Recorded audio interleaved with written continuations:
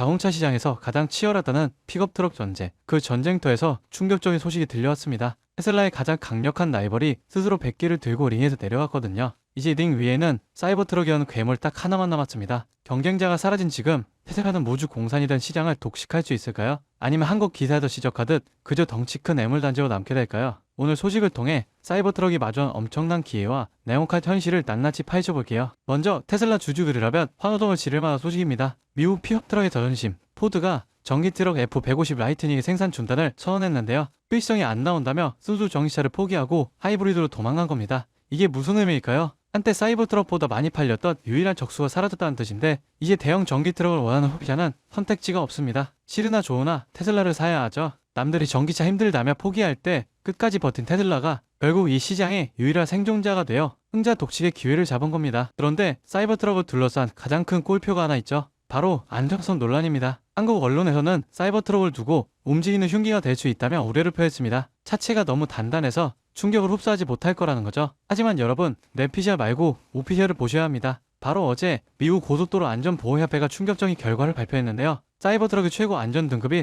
탑세이프티 픽 플러스를 획득한 겁니다. 전 세계 풀사이즈 픽업 트럭 중 이 등급을 받은 차는 한 2대뿐이죠. 비평가들은 저건 살인무기야 라고 비아냥을 했지만 까다롭기로 소문난 테스트 기관은 지구상에서 가장 안전한 트럭이라고 인증해준 거예요. 데이터는 거짓말을 하지 않습니다. 안정성 논란은 이제 종결됐다고 봐도 무방하죠. 경쟁력도 사라졌고 안정성도 입증됐습니다. 그럼 이제 꽃게만 남았을까요? 여기서 우리가 냉정해 봐야 할 현실의 벽이 등장합니다. 사이버트럭이 드디어 한국 땅을 밟았는데 반응이 엇갈려요. 1억 4,500만 원이라는 가격도 문제지만 전폭이 2.2m가 넘다 보니 한국의 좁은 주차장에서는 문조차 열기 힘들다는 현실적인 공포가 있거든요. 실제로 첫 달 등록 대수는 32대에 그쳤습니다. 게다가 북미 판매량이 작년 대비 62% 줄었다는 보도까지 나오면서 신차 효과가 끝난 거 아니냐는 우려도 제기됩니다. 하지만 반대로 생각해볼까요? 사이버트럭은 한국에서 어차피 대중적인 차가 아니죠. 강남 도로를 지배하는 하차감을 원하는 슈퍼카의 영역이에요. 오히려 테슬라 전체로 보면 모델 Y와 모델 3가 한국 수입차 1위를 휩쓸며 현대차 안방을 점령하고 있습니다. 사이버트럭은 일종의 브랜드 마스코트 역할을 하고 실제 돈은 모델 Y가 쓸어 담는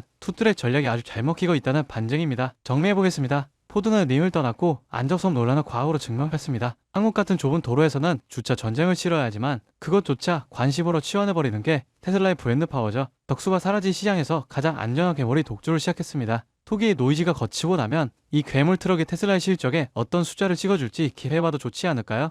여러분, 지금 시장을 보면요, 이상한 장면 하나가 반복됩니다. 뉴스는 불안만 얘기하고 커뮤니티에 현금을 주고 버티라 말하는데 정작 돈을 버는 쪽은 조용히 움직이고 있습니다. 지금 시장 어려운 게 맞습니다. 하지만 어렵다는 이유로 멈춘 순간 그 자리를 기관과 상위 1%가 채워버려요. 시장에서는 이런 말을 합니다. 돈은 시끄러운 곳이 아니라 조용한 곳에서 벌린다. 사람들은 여전히 대장주만 보지만 실제로 크게 터지는 종목들은 항상 옆에서 기술을 공급하고 데이터를 만들고 전력을 흘리는 기업들입니다. 지금도 똑같아요. 테슬라가 로보틱스, 자율주행으로 새로운 방향을 여는 동안 그 생태계를 움직이는 2차, 3차 수혜주들은 이미 바닥을 찍고 고개를 들고 있습니다. 여러분, 지금 시장은 지켜보는 사람이 아니라 움직이는 사람이 위에 올라가는 구간이에요. 이번 사이클을 놓치지 않을 분들만 끝까지 보셨으면 합니다. 여러분, 진짜 중요한 건 테슬라를 움직이는 기업들이 어디로 움직이느냐입니다. 최근 시장에서 가장 조용히 그러나 가장 강하게 들리는 신호가 있어요. 국내 수혜주들이 슬슬 깨어나고 있다는 겁니다. 예를 들어 포스코 퓨처 M, 테슬라 응급제 공급 확대 이후 3개월 동안 기간 순매수가 1조 원 넘게 들어왔습니다.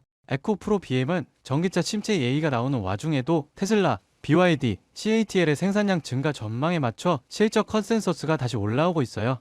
LG 에너지솔루션, 테슬라 상하이 배터리 공급 확대 소식 이후 외국인 매수세가 다시 유입되기 시작했습니다. 이런 흐름은 보통 다음 사이클의 전조가 되죠.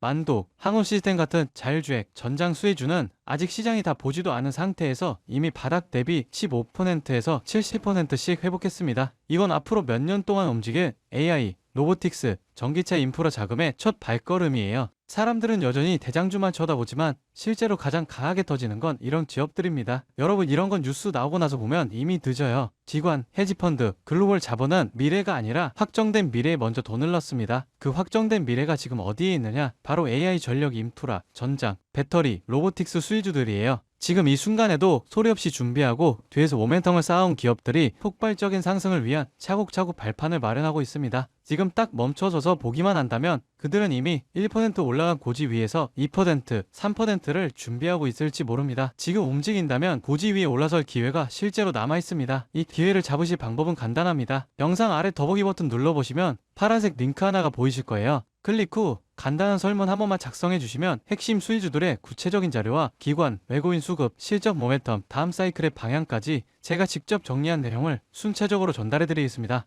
물론 금전 여부나 특정 종목에 강해왔던 건 절대 없습니다. 선택은 언제나 시청자분들의 몫이고 저는 시장을 읽을 수 있는 도구만 전달해 드릴 뿐이에요. 지금 시장은 기다린다고 기회가 오는 구간이 아닙니다. 준비를 한 사람만이 움직임을 읽고 다음 상승의 첫 파동을 잡아갈 수 있습니다. 제가 드리는 정보들은 그냥 가볍게 참고만 하셔도 되고 앞으로 시장이 어디로 흐르는지 체감하시는 데에도 충분히 도움이 되실 겁니다. 여러분이 시장에서 흔들리지 않고 꾸준히 이익을 쌓아가실 수 있길 진심으로 바랍니다. 오늘 영상은 여기까지고요. 구독과 좋아요는 큰 힘이 됩니다. 다음 영상에서 더 중요한 흐름으로 찾아뵙겠습니다.